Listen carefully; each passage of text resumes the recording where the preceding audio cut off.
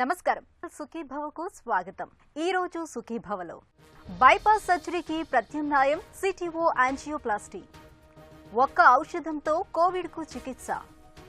వంటింటి చిట్కాలతో వైరస్ దూరం. Oxygen concentrator ఎలా పనిచేస్తుంది? ఇంకా హెల్త్ టిప్. గుండెకు బైపాస్ అంటే మన దగ్గర మేజర్ సర్జరీ. రక్తనాళాల్లో పూర్తిగా పూడికలు చేరిపోయినప్పుడు, స్టెంట్లు వేసే అవకాశం లేనప్పుడు డాక్టర్లు బైపాస్ సర్జరీకి సిఫార్సు చేస్తూ ఉంటారు. అయితే తాజాగా ఆధునిక వైద్యంలో అందుబాటులోకి వచ్చిన కొత్త టెక్నిక్ల సాయంతో ఇవాళ బైపాస్ సర్జరీ అవసరం లేకుండానే పూడికలను తొలగించి చాలా సులువుగా స్టెంట్లను అమరుస్తున్నారు. వాడుకలో సిటిఓగా పిలుస్తున్న క్రానిక్ టోటల్ ఎక్లూజన్స్ ఇంటర్వెన్షన్ గురించిన పూర్తి వివరాల్ని ఇప్పుడు తెలుసుకుందాం.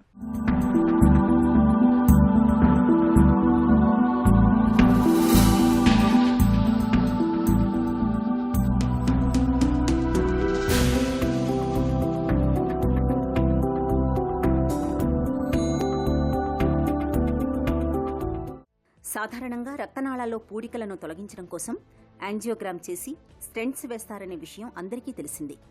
దీనిలో సాంకేతిక సవాళ్లకు ఆస్కారం ఉండదు. రక్తనాళాల్లోకి తీగను పంపించి విప్పార్చి స్టెంట్ అమర్చడంతో పని పూర్తవుతుంది. తాజాగా అందుబాటులోకి వచ్చిన సిటిఓ చికిత్స విధానం భిన్నమైనది. ఇది యాంజియోప్లాస్టీ విధానంలో అత్యంత ఖచ్చితమైన, ఆధునికమైన, మెరుగైన ప్రభావాన్ని చూపించే చికిత్స. సాధారణ యాంజియోప్లాస్టీ చేసే సమయంలో పూడిక మరీ గట్టిపడిపోయినట్లు అనిపించినా, 3 రక్తనాళాలు 100% పూడుకుపోయినట్టు తెలిసినా యాంజియోప్లాస్టీకి బదులుగా ఓపెన్ హార్ట్ సర్జరీకి వైద్యులు మొగ్గు చూపుతారు. అయితే క్రానిక్ టోటల్ ఎక్లూజన్స్ ఇంటర్వెన్షన్ యాంజియోప్లాస్టీలో పూడిక ఎంత గట్టిగా మారినా దాన్ని వేర్వేరు నైపుణ్యాలతో తొలగించే పరికరాలను చికిత్స సమయంలో వాడుకునే వీలుంటుంది. ఆ పూడికను తొలగించి స్టెంట్స్ కూడా వేసే వెసులుబాటు ఉంటుంది. ఇప్పుడు మనకి హార్ట్ బ్లడ్ వెజల్ బ్లాక్స్ ఉన్నప్పుడు ఉండే ఆప్షన్స్ రెండే. ఒకటి బైపాస్ సర్జరీ చేయడము, లేదా మనకి ఈ పర్క్యూటేనియస్ ఇంటర్వెన్షన్ అని అంటాము, అంటే స్టంటింగ్ ద్వారా క్లియర్ చేయడం. సో ఎప్పుడు మనం బైపాస్ సర్జరీ అనేది జనరల్గా మ్యాండేటరీ అని అంటామంటే, అంటే గైడ్ లైన్స్ ప్రకారము హార్ట్కి సంబంధించిన మెయిన్ వెసల్, దాన్ని లెఫ్ట్ మెయిన్ కొరోనరీ ఆర్టరీ అని అంటాం. దాంట్లో డివైడ్ అయ్యే దగ్గర బ్లాక్ ఏదైనా ఉన్నట్టయితే, లేదా ఆల్ 3 వెజల్స్లో లాంగ్ బ్లాకేజెస్ ఉంది, పేషెంట్కి డయాబెటీస్ ఉంది, పంపింగ్ డిస్ఫంక్షన్ అలా ఉన్నట్లయితే వాళ్ళకి మనం ఒక స్కోరింగ్ తీస్తాం, సింటాక్స్ స్కోరింగ్ అని. ఆ స్కోరింగ్ మనకి మోర్ దెన్ 22 ఉన్నట్లయితే ఈ 2 సిచ్యువేషన్స్లో మనకి బైపాస్ సర్జరీ అనేది జనరల్గా ఫస్ట్ ట్రీట్మెంట్ ఆప్షన్. ఈ 2 సిచ్యువేషన్స్ లేనప్పుడు మనం ఎప్పుడు కూడా ఈ పర్క్యూటేనియస్ ఇంటర్వెన్షన్ స్టంటింగ్ ద్వారా మనం క్లియర్ చేయొచ్చు. రెండోది, ఆ పై 2 సిచ్యువేషన్స్ ఉన్నా కూడా పేషెంట్కి బైపాస్ సర్జరీ రిస్క్ ఎక్కువగా ఉన్నట్లయితే అప్పుడు కూడా మళ్ళీ మనం స్టంటింగ్ ద్వారా క్లియర్ చేయడానికి ట్రై చేస్తాం.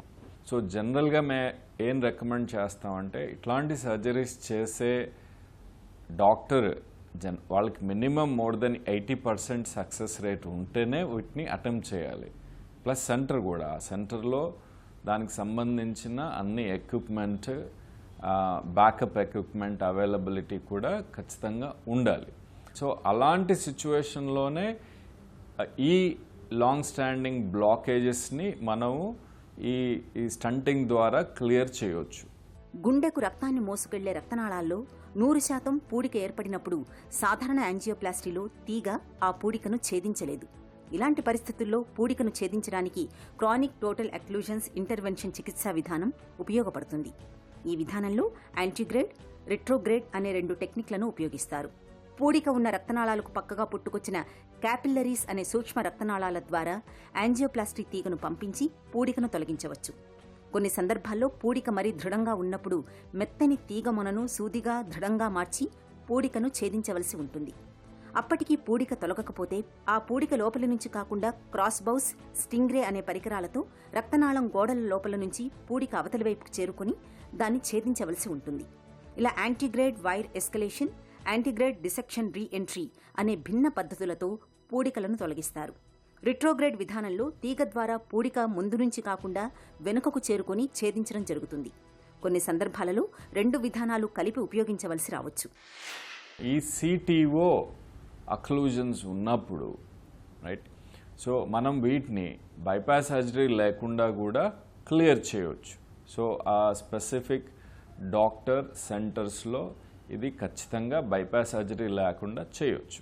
Left main coronary artery block ఉండడము, 3 వెజల్స్ బ్లాక్ ఉండడము ఉండి పేషెంట్కి బైపాస్ సర్జరీ మ్యాండేటరీ అనుకున్నప్పుడు, బట్ ఆ బైపాస్ సర్జరీ రిస్క్ ఎక్కువగా ఉన్నప్పుడు, సో ఆ రిస్క్ ఎక్కువగా ఉన్నప్పుడు, సర్జికల్ రిస్క్ ఎక్కువగా ఉన్నప్పుడు కూడా మళ్ళీ వాళ్ళకి మనం స్టంటింగ్ ద్వారా క్లియర్ చేయడం జరుగుతుంది. బ్లడ్ ప్రెషర్ అనేది ఫ్లక్చువేషన్స్ అవ్వకుండా చూడాలి. దానికి కొన్ని టెక్నిక్స్ ఉంటాయి. దాన్ని మనం మెకానికల్ సర్క్యులేటరీ సపోర్ట్ అని అంటాం. అంటే పేషెంట్కి ఒక ఇంపెల్లా, అంటే ఇది హార్ట్ని అసిస్ట్ చేసే ఒక పంప్. ఆ పంప్ని మనం హార్ట్లో ఫస్ట్ పెట్టేస్తాం. ఆ పంప్ వాళ్ళకి మినిట్కి 3 to 5 లీటర్స్ వరకు పంప్ చేయగలదు బ్లడ్. సో హార్ట్తో పాటు ప్యారలల్గా ఈ పంప్ అనేది వర్క్ చేస్తూ ఉంటుంది. ఆ పంప్ మనకి బీపీ అనేది మెయింటైన్ చేస్తూ ఉంటుంది. సో అలా ఆ పంప్ మనం ఒక 6 hours, 3 to 6 hours వరకు అలా ఉంచేయచ్చు. ఆ టైంలో మనం ఈ ప్రొసీజర్ అనేది కంప్లీట్ చేయొచ్చు. సో ఈ ఇంపెల్లా అనేది అవైలబుల్ ఉండి, ఆ పంప్ అనేది అవైలబుల్ ఉండి, సో ఆ పంప్ని పెట్టగలిగిన ఎక్స్పర్టైజ్ అన్నీ ఉంటే, సో ఇలా సివియర్ పంపింగ్ డిస్ఫంక్షన్ ఉన్న పేషెంట్స్కి కూడా మనం బైపాస్ సర్జరీ రిస్క్ ఎక్కువగా ఉన్నప్పుడు స్టంటింగ్ ద్వారా క్లియర్ చేయొచ్చు. గుండె రక్తనాళాల్లో పూడికల తీవ్రతను గుర్తించడం కోసం ఈసీజీ, 2D ఎకో లాంటి పరీక్షలతో పాటు యాంజియోగ్రామ్ ఎంతగానో ఉపయోగపడతాయి. క్రానిక్ టోటల్ ఎక్లూజన్స్ ఇంటర్వెన్షన్లో కూడా ఈ పరీక్షలు చేస్తారు. అయితే సాధారణ యాంజియోప్లాస్టీ మాదిరిగా యాంజియోగ్రామ్ చేసే సమయంలోనే యాంజియోప్లాస్టీ చేసి స్టెంట్స్ అమర్చే విధానం సిటీఓలో అనుసరించరు. యాంజియోగ్రామ్లో కనిపించిన పూడిక తీవ్రతను బట్టి 100% పూడుకుపోయిందని తేలినప్పుడు చికిత్సను అక్కడితో ఆపేయడం జరుగుతుంది. ఆ తర్వాత కొంత సమయం తీసుకుని చికిత్సా విధానాన్ని ప్రణాళికాబద్ధంగా అంచనా వేస్తారు. ఈ ప్రణాళికకు 2 గంటల సమయం పడుతుంది. ఆ తర్వాతే క్రానిక్ టోటల్ ఎక్లూజన్స్ ఇంటర్వెన్షన్ చికిత్సా విధానాన్ని అమలు చేస్తారు. చికిత్స సమయంలో ఎదురయ్యే పరిస్థితికి తగ్గట్టు అప్పటికప్పుడు ప్రణాళికను మార్చుకుంటూ ఎంతో చాకచక్యంగా ముగించే ప్రక్రియ ఇది. పూర్తి చికిత్సకు 4 గంటల సమయం పడుతుంది. పేషెంట్స్కి మనకు కొన్నిసార్లు వాళ్ళకి కిడ్నీ డిస్ఫంక్షన్ ఉండడం, లంగ్ డిస్ఫంక్షన్ ఉండడం ఇలాంటివి ఉన్నప్పుడు వాళ్ళు బైపాస్ సర్జరీ అనేది చాలా హై రిస్క్ ఉంటుంది. సో అలాంటప్పుడు కూడా ఇలా స్పెషల్ టెక్నిక్స్ యూస్ చేసి మనం కంప్లీట్ చేయొచ్చు. సో బట్ ఈ మెకానికల్ సర్క్యులేటరీ సపోర్ట్కి మనకి ఈ ఇంపెల్లా అనే ఒక డివైస్ కాకుండా ఇంకా విఏ ఎక్మో అని అంటాం. ఈ ఎక్మో టెక్నిక్ అనేది కూడా ఉంటుంది. ఆ విఏ ఎక్మోని కూడా వాడి మనం ఆ పేషెంట్కి ఆ బీపీ ఫ్లక్చువేషన్స్ లేకుండా సర్జరీ టైంలో చేసి మనం సర్జరీ కంప్లీట్ చేయొచ్చు. సో ఇవన్నీ అంటే ఈ టెక్నాలజీ అంతా ఉండి దాన్ని మనం యూస్ చేయగలిగిన ఆపరేటర్స్ ఉంటే హాస్పిటల్లో మనం బైపాస్ సర్జరీ ఖచ్చితంగా అవాయిడ్ చేసి స్టంటింగ్ ద్వారా వీళ్ళకి మనం ఆన్సర్ని కనుక్కోవచ్చు. బైపాస్ సర్జరీతో కొన్ని సందర్భాలలో రక్తనాళాల్లో సమస్య శాశ్వతంగా పరిష్కారం కాకపోవచ్చు. సర్జరీ తర్వాత ఇన్ఫెక్షన్లు రావచ్చు, రక్తస్రావం జరగవచ్చు, తిరిగి రక్తనాళాలు పూడుకుపోవచ్చు. దాంతో రెండోసారి సర్జరీ అవసరం పడవచ్చు. ఒకసారి సర్జరీ చేసిన తర్వాత ఆ ప్రదేశంలోని కణజాలం క్లిష్టంగా మారుతుంది. కండరాలతో పాటు ఆ ప్రదేశంలోని కణజాలాలు వైద్యులను కొంతమేరకు గందరగోళపరుస్తాయి. సర్జరీ నుంచి కోలుకోవడానికి కనీసం 4 వారాల సమయం పట్టవచ్చు. సర్జరీ తదనంతరం దీర్ఘకాలం పాటు నొప్పులను భరించవలసి రావచ్చు. ఇవన్నీ ఈ సర్జరీలో ఉన్న ఇబ్బందులు. అయితే బైపాస్ సర్జరీలో మోర్టాలిటీ రేట్ 2% ఉంటుంది. క్రానిక్ టోటల్ ఎక్లూజన్స్ ఇంటర్వెన్షన్ చికిత్స మోర్టాలిటీ రేట్ 1% మాత్రమే. ఈ చికిత్సతో దుష్ప్రభావాలు, ఇన్ఫెక్షన్లు చాలా తక్కువగా ఉంటాయి.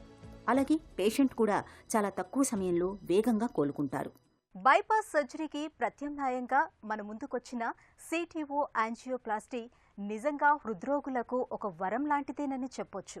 అయితే అన్ని వసతులు ఉన్న హాస్పిటల్స్లో నైపుణ్యం కలిగిన సర్జన్లు మాత్రమే సిటిఓ సర్జరీని చేయగలరన్న విషయాన్ని మనం గుర్తుంచుకోవాలి. హెల్త్ న్యూస్ మీకోసం.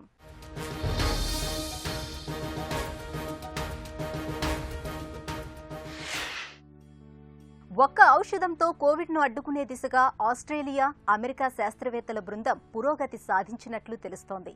గ్రిఫిత్ యూనివర్సిటీకి చెందిన మెంజిస్ హెల్త్ ఇన్స్టిట్యూట్ నేతృత్వాన తయారు చేసిన ప్రత్యేక ఔషధాన్ని ఎలుకలపై ప్రయోగించగా మంచి ఫలితాలు కనిపించినట్లు పరిశోధకులు పేర్కొంటున్నారు.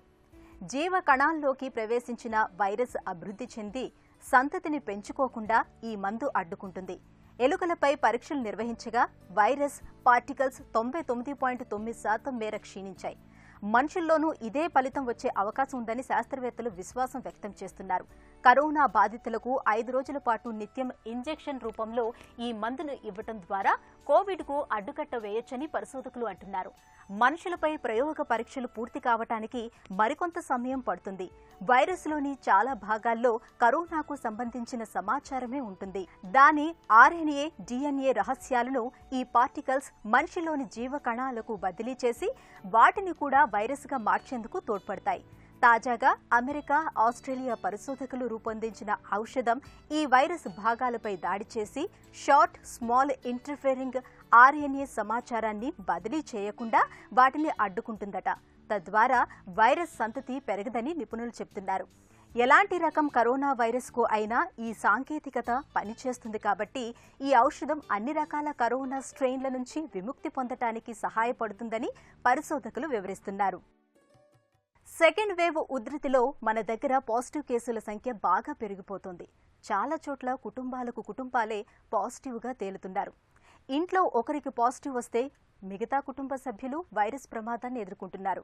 ఈ నేపథ్యంలో వైరస్ ఉరవడిని, ఉధృతిని తట్టుకునేందుకు వ్యక్తిగతంగా ఎవరికి వారు తగిన జాగ్రత్తలు తీసుకోవాలి. వ్యాధి నిరోధకతను పెంపొందించుకోవాలి. ఇందుకు వంటింట్లోని దినుసులు చాలా వరకు ఉపయోగపడతాయని చెబుతున్నారు నిపుణులు. వంటింటి చిట్కాలతో వైరస్ ప్రమాదాన్ని ఎలా తప్పించుకోవచ్చో ఇప్పుడు తెలుసుకుందాం.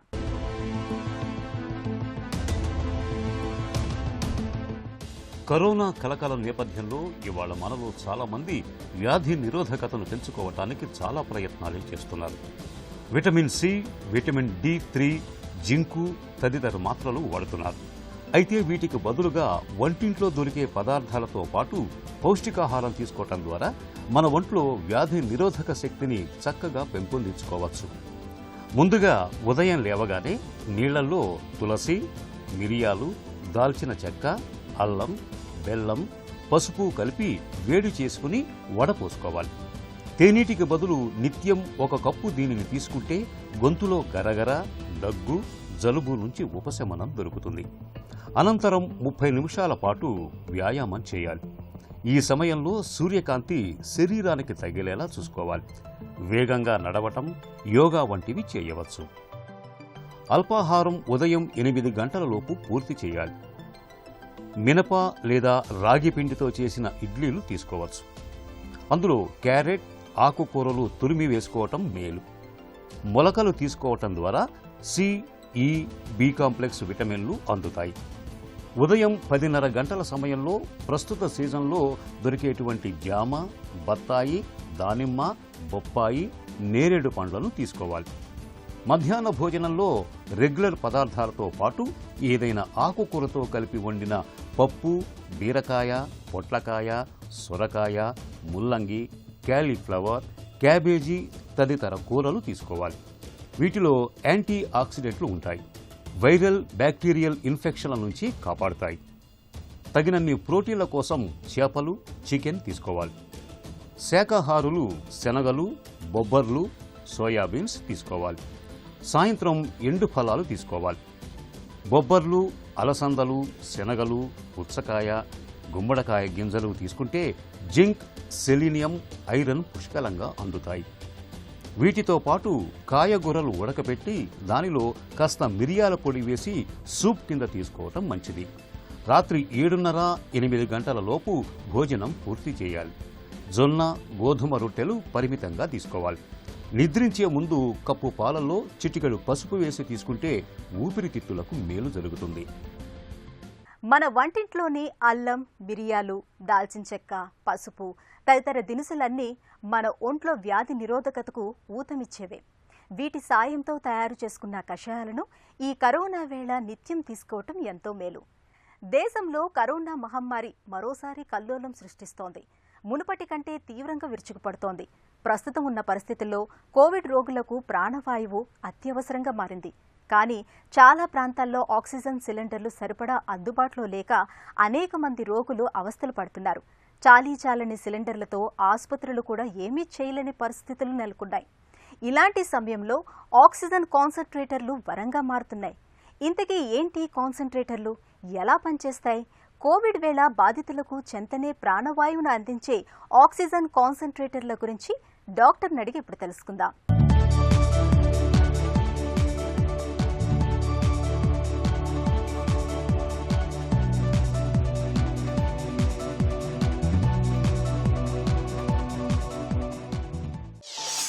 కరోనా బాధితులకు ఆక్సిజన్ ఎప్పుడు అవసరం?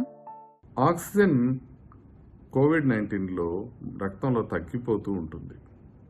అది తగ్గిపోతున్నప్పుడు కూడా రోగికి అది తగ్గిపోతుందన్న విషయం సిమ్టమ్స్ ద్వారా అంతగా తెలియదు. అందుకే కోవిడ్లో వచ్చే హైపాక్సియా అంటే రక్తంలో ఆక్సిజన్ తగ్గటాన్ని హ్యాపీ హైపాక్సియా అని పిలుస్తారు. అంటే ఆక్సిజన్ లెవెల్స్ తగ్గుతున్నప్పటికీ కూడా రోగికి ఎటువంటి ఇబ్బంది లేకుండా చక్కగా రిలాక్స్డ్గానే కనబడతారు. ఇందుకే దీన్ని హ్యాపీ హైపాక్సియా అంటారు.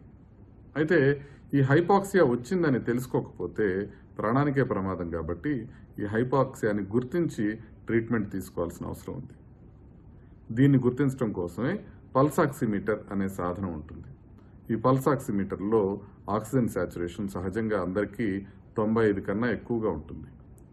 ఇక అది 94 కన్నా తగ్గుతుంది అని అంటే రక్తంలో ఆక్సిజన్ శాతం డెఫినెట్గా తగ్గుతుందని, అది 90 కన్నా తగ్గిందంటే కొంచెం సీరియస్గా ఉందని అర్థం చేసుకోవాలి. అయితే రక్తంలో ఉండే ఈ ఆక్సిజన్ శాచురేషన్ను తగ్గుతున్నప్పుడు మనం ఆక్సిజన్ ఇమీడియట్గా రోగికి అమర్చాల్సిన అవసరం ఉంటుంది. ఆక్సిజన్ సిలిండర్, ఆక్సిజన్ కాన్సంట్రేటర్లలో ఏది ఎప్పుడు ఎలా ఎంచుకోవాలి? ఆక్సిజన్ కాన్సంట్రేటర్ ఒకసారి కొనేసుకుంటే అది మన గాలిలోంచి ఆక్సిజన్ని మనకి నిరంతరాయంగా అందిస్తూనే ఉంటుంది. దీనివలన అది ఆక్సిజన్ సిలిండర్స్ లాగా మళ్ళీ మనం ప్రతిరోజు తీసుకొని నింపుకోవాల్సిన అవసరం ఉండదు. ఇది కరెంట్ ఆధారంగా పనిచేస్తుంది కాబట్టి కరెంట్ ఎప్పుడైతే పోతుందో అప్పుడు ఈ కాన్సంట్రేటర్ పనిచేయటం మానేస్తుంది. అందుకనే ఈ కాన్సంట్రేటర్ వాడేటప్పుడు ఒక బ్యాకప్ జనరేటర్ కానివ్వండి, లేకపోతే బ్యాకప్ ఆక్సిజన్ సిలిండర్ కానివ్వండి ఉంచుకోవడం అత్యవసరం. ఆక్సిజన్ కాన్సంట్రేటర్ ఎలా పనిచేస్తుంది? ఈ ఆక్సిజన్ కాన్సంట్రేటర్స్ ఏ విధంగా పనిచేస్తాయి అనంటే మన గాలిలోంచి నైట్రోజన్ని తొలగించడం ద్వారా ఆక్సిజన్ని శుద్ధి చేసే ప్రయత్నం చేస్తాయి. ఆక్సిజన్ కాన్సంట్రేటర్స్లో ప్రధానంగా నైట్రోజన్ని పీల్చేసుకునే ఫిల్టర్స్ ఉంటాయి. కాబట్టి గాలిని ఒత్తిడి సహాయంతో ఈ ఫిల్టర్స్లోకి పంపించి ఈ కాన్సంట్రేటర్స్ దాంట్లో ఉన్న నైట్రోజన్ని తీసివేసి ఆక్సిజన్ అధికంగా ఉన్న గాలిని మనకి అందజేస్తాయి. ఆక్సిజన్ కాన్సంట్రేటర్తో ఉన్న లాభ నష్టాలేంటి? కాన్సంట్రేటర్ను ఎంపిక చేసుకోవడంలో ఎలాంటి జాగ్రత్తలు తీసుకోవాలి? ముందుగా చూసుకోవాల్సింది ఏంటంటే మనం తీసుకునే కాన్సంట్రేటర్ ఎక్కువ మోతాదులో ఆక్సిజన్ పెట్టుకున్నప్పుడు కూడా సరైన ఆక్సిజన్ కాన్సంట్రేషన్ని మెయింటైన్ చేస్తుందా లేదా అనేది చూసుకోవాలి. ఈ స్పెసిఫికేషన్ ఖచ్చితంగా అన్ని ఆక్సిజన్ కాన్సంట్రేటర్స్ మీద ఉంటాయి. ఆక్సిజన్ సిలిండర్స్ విషయానికి వస్తే ఆక్సిజన్ సిలిండర్స్లో దాదాపుగా ప్యూర్ ఆక్సిజన్ అవైలబుల్ ఉంటుంది. దీన్ని ఇండస్ట్రియల్ ప్లాంట్స్లో తయారు చేసుకొని దాన్ని సిలిండర్స్లో ప్రెషర్తో నింపి తీసుకొని వస్తారు. అందుకే ఆ సిలిండర్ పైన ఉన్న వాల్వ్ని కనుక తిప్పితే ఆక్సిజన్ నెమ్మదిగా బయటకు వస్తుంది. సిలిండర్స్తో అడ్వాంటేజ్ ఏంటంటే కరెంటు పోయినప్పటికీ కూడా ఇవి శుభ్రంగా పనిచేస్తాయి. సిలిండర్స్తో డిసడ్వాంటేజ్ ఏంటంటే కరెంటు పోయినప్పుడు ఇవి పనిచేస్తాయి కానీ ఇవి అయిపోయినప్పుడు దాన్ని మళ్ళీ నింపుకోవాల్సిన అవసరం ఉంటుంది. రోజంతా ఆక్సిజన్ పెట్టుకోవాల్సిన అవసరం లేని వాళ్ళకి, అప్పుడప్పుడు పెట్టుకోవాల్సిన అవసరం ఉన్న వాళ్ళకి సిలిండర్ కూడా సరిపోతుంది. కానీ కంటిన్యూస్గా ఆక్సిజన్ కావాల్సిన వాళ్ళకి కాన్సంట్రేటర్ ఉంటే మళ్ళీ మళ్ళీ రీఫిల్ చేసుకునే అవకాశం తగ్గి వాళ్ళకి ఆ ఇబ్బంది లేకుండా ఉంటుంది. ఇంట్లో ఆక్సిజన్ కాన్సంట్రేటర్ను అమర్చుకున్నప్పుడు ఎలాంటి జాగ్రత్తలు తీసుకోవాలి? ఆక్సిజన్ కాన్సంట్రేటర్ని గోడకి 1 లేదా 2 అడుగుల దూరంలో ఉంచాలి. ఎందుకంటే గోడకి మరీ దగ్గరికి పెట్టినట్లయితే అట్మాస్ఫియరిక్ ఎయిర్ శుభ్రంగా తీసుకోవడానికి ఇబ్బందిగా ఉంటుంది. కాన్సంట్రేటర్ వాడేటప్పుడు తలుపులు కానీ కిటికీలు కానీ తెరిచి ఉంచితే మంచిది. ఎందుకంటే ఇవి తెరిచి ఉంచినప్పుడు బయట నుంచి గాలి వచ్చి దాంట్లో ఉన్న ఆక్సిజన్ మళ్ళీ పేషెంట్కి ఇచ్చే అవకాశం ఉంటుంది. గది తలుపులన్నీ మూసేసినట్లయితే ఆ గదిలో ఉన్న గాలిలో నైట్రోజన్ శాతం పెరిగిపోయే అవకాశం ఉంటుంది. అందుకోసమని తలుపులన్నీ తీసుకొని పెట్టుకోవాలి. అదేవిధంగా సిలిండర్స్ కానివ్వండి, కాన్సన్ట్రేటర్స్ కానివ్వండి నిప్పుకి దూరంగా ఉంచాల్సిన అవసరం ఉంటుంది. ఎందుకంటే ఎప్పుడైనా నిప్పు వచ్చినప్పటికీ కూడా నిప్పుకి దగ్గరలో ఉంటే ఆక్సిజన్ అనేది కంబస్టిబుల్ గ్యాస్ కాబట్టి బాగా అగ్ని ప్రమాదాలు జరిగే అవకాశం ఉంటుంది. సిలిండర్స్ అయితే కొన్నిసార్లు పేలే అవకాశం ఉంటుంది. కాబట్టి ఆక్సిజన్ని చాలా జాగ్రత్తగా వాడుకోవాలి. ఇంకొక ఇంపార్టెంట్ థింగ్ ఏంటంటే ఇంటి దగ్గర ఆక్సిజన్ పెట్టుకోవడం అనేది డాక్టర్కి సబ్స్టిట్యూట్ కానే కాదు. ఎందుకంటే ఆక్సిజన్ అనేది ఒక మెడిసిన్ లాంటిది. దానికి సరైన మోతాదులో డాక్టర్ చెప్పినట్లు వాడుకోవడం ముఖ్యం. ఆక్సిజన్ అవసరమైన వ్యక్తికి వేరే రకమైన ట్రీట్మెంట్స్ కూడా అవసరం అవుతాయి. అవి హాస్పిటల్లో మాత్రమే ఇవ్వడానికి సాధ్యమవుతాయి. ఇది మాత్రమే కాకుండా ఆక్సిజన్ కాన్సన్ట్రేటర్స్ కానివ్వండి, ఆక్సిజన్ సిలిండర్స్లో కానివ్వండి ఏ విధమైన ప్రాబ్లం వచ్చినా, ఎస్పెషల్లీ నైట్ టైం వాటిల్లో ఏదన్నా ఇబ్బంది అయితే ఎక్కడికి ఫోన్ చేసి వాటిని సాల్వ్ చేసుకోవాలి అనే హెల్ప్ లైన్ మాత్రం ముందే అందరూ రెడీగా పెట్టుకోవాలి. ప్రాణాధారమైన ఆక్సిజన్ కొరత తీవ్రంగా ఉన్న ప్రస్తుత పరిస్థితుల్లో ఆక్సిజన్ కాన్సంట్రేటర్లు బాధితులకు నిజంగా ఒక వరమనే చెప్పుకోవాలి. స్తోమతను బట్టి కొనుగోలు చేయటం లేదా అద్దెకు తీసుకోవటం ద్వారా ఈ విపత్కర పరిస్థితుల్లో ప్రాణవాయువు కొరతను కొంతమేరకైనా అధిగమించవచ్చు. ఒక చిన్న చిట్కా మీకోసం. వేసవిలో ఆకుకూరల్ని ఎక్కువగా తీసుకోండి. వీటిలో 90% వరకు నీరే ఉంటుంది. కాబట్టి మనకు వడదెబ్బ, డీహైడ్రేషన్ ముప్పు తప్పుతుంది. సుఖీభవ కార్యక్రమానికి సంబంధించిన మీ విలువైన సూచనలు, సలహాలను వెంటనే మాకు రాసి పంపించండి. మా చిరునామా Sukhibhava, ETV, Ramoji film city, Hyderabad 501512 లేదా sukhibhava@etv.co.in కు మెయిల్ చేయండి.